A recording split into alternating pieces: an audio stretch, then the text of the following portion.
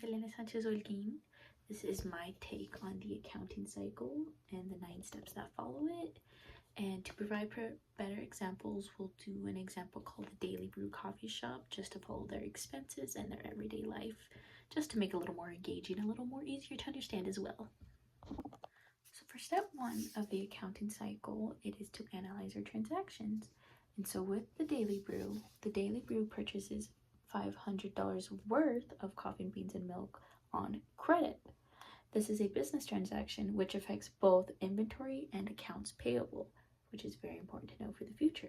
So once reading the prompt, we ask ourselves what accounts are being impacted. In this case, it does say we are purchasing $500 worth of coffee beans and milk, and given this is a coffee shop, we do understand that is going to be supplies affected, as well as later in the prompt it says that it's accounts payable that's being affected. So that's our second account being affected. In this case, accounts payable is going to be represented by AP, just to shorten it out and just to make it easier on us, just to remember, as accounts payable is a very long word and this just might make it easier in the long run for us. We made it through step 1. Now moving on to step 2, which is known as recording our transactions in a journal entry. As discussed in step 1 with our prompt, we do understand that supplies and accounts payable are going to be affected. So in our journal entry, it looks something similar to this, a little more organized with spacing and such.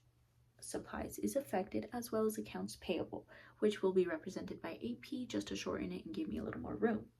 We are going to have the date set for January 1st of the year 2025. Here we will be understanding that every debit must have a matching credit. Now, if we take a look into the accounting equation, assets equals liabilities plus equity, we will understand that supplies is an asset and accounts payable is a liability. And why is that important? Well, assets do increase in debit, while compared to liabilities, they increase in credit. So with that, we do understand that we are spending $500 in supplies. Now that we understand that supplies as an asset will increase in debit, we'll place that 500 here, as well as we understand that accounts payable is a liability, which increases in credit. We will place that right here.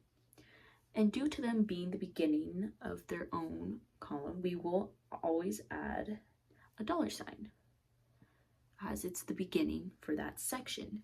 Although I don't have a big enough paper or a spreadsheet, it will be much more noticeable in a lot larger section, but for now we'll work with what we got.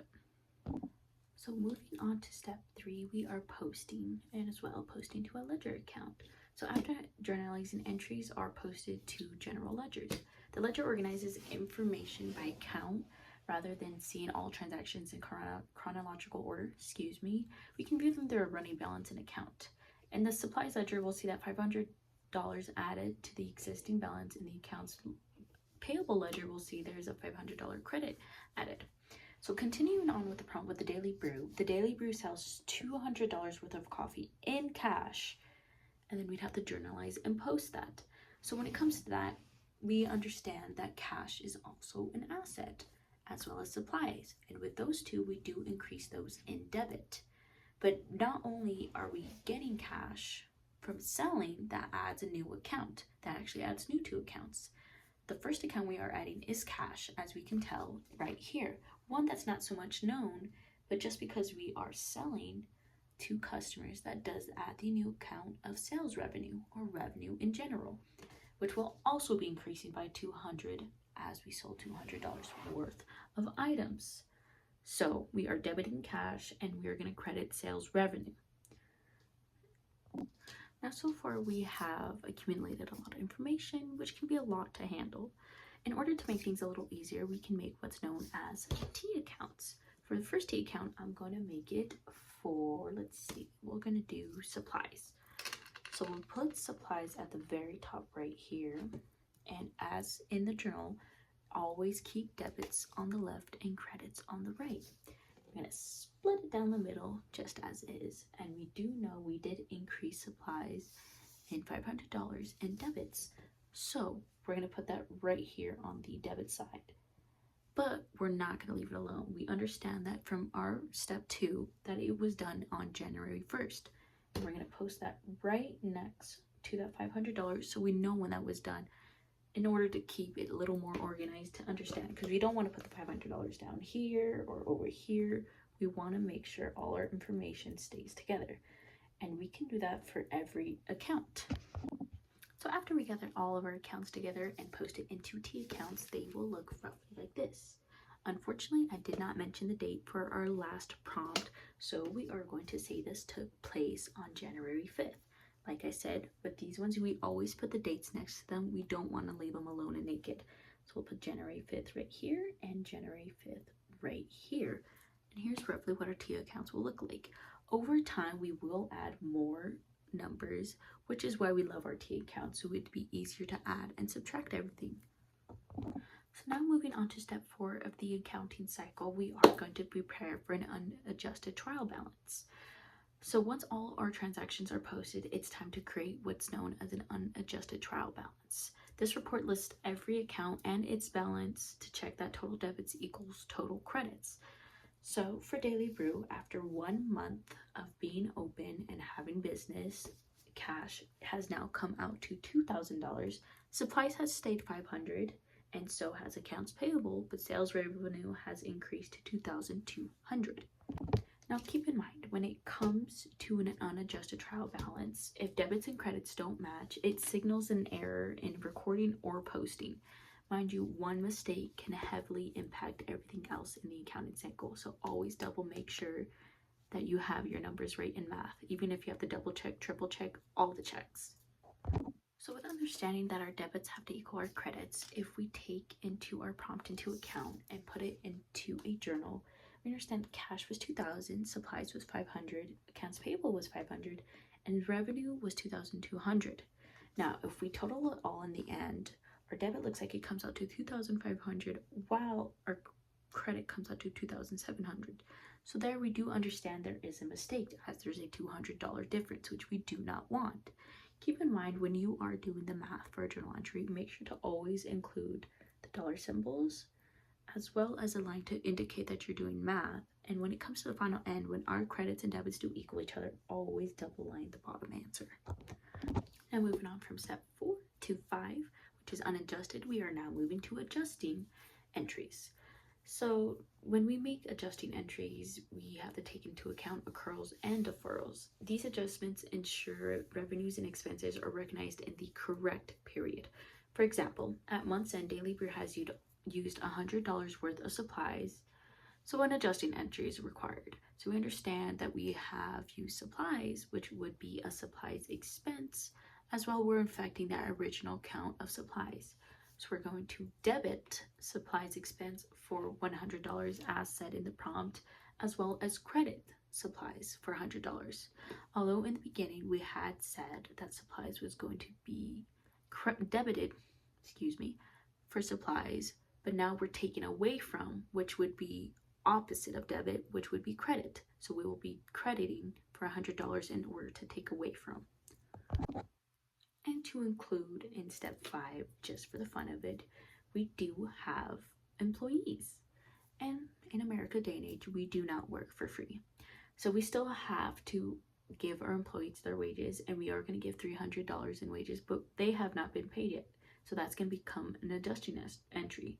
So that comes to wages expenses for $300, and wages is payable, as it's not done yet paid, but we are going to pay it at $300. So that means that expense is going to be a debit for $300, while payable is becoming a credit of $300.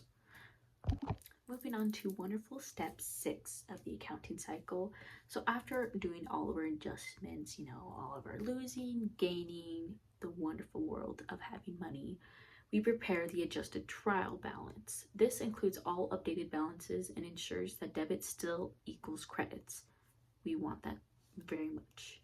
For in this example, Daily Brew, the adjusted trial balance now shows that supplies come out to $400 after adjustment. We went from $500, taking away $100, which equals our $400, and our supply expense stays at $100. Our wages payable stays at $300, and our wages expenses still stay at $300 as well. This adjusted balance will be the foundation for our financial statements.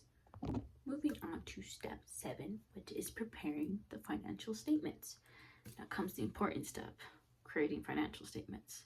So using Daily Brew's adjusted trial balance, we prepare our income statement, balance sheet, and cash flow statement.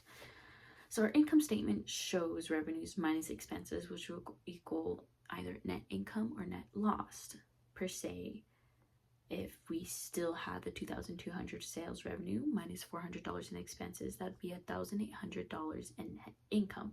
It would still be a net income if we keep our original 2,000 minus the 400, which would be 1,600, which is still a net income.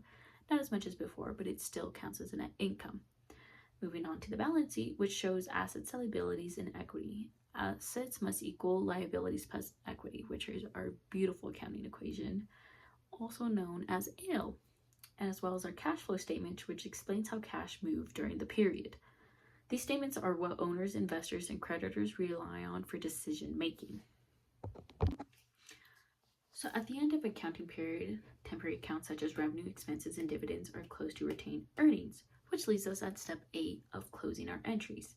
Doing this resets them for the next period. For Daily Brew, in this case, we close out $2,000 in revenue and $400 in expenses, which leaves us with a net amount of $1,600, which is transferred to retained earnings. So these are closing entries. We debit our revenue at $2,000.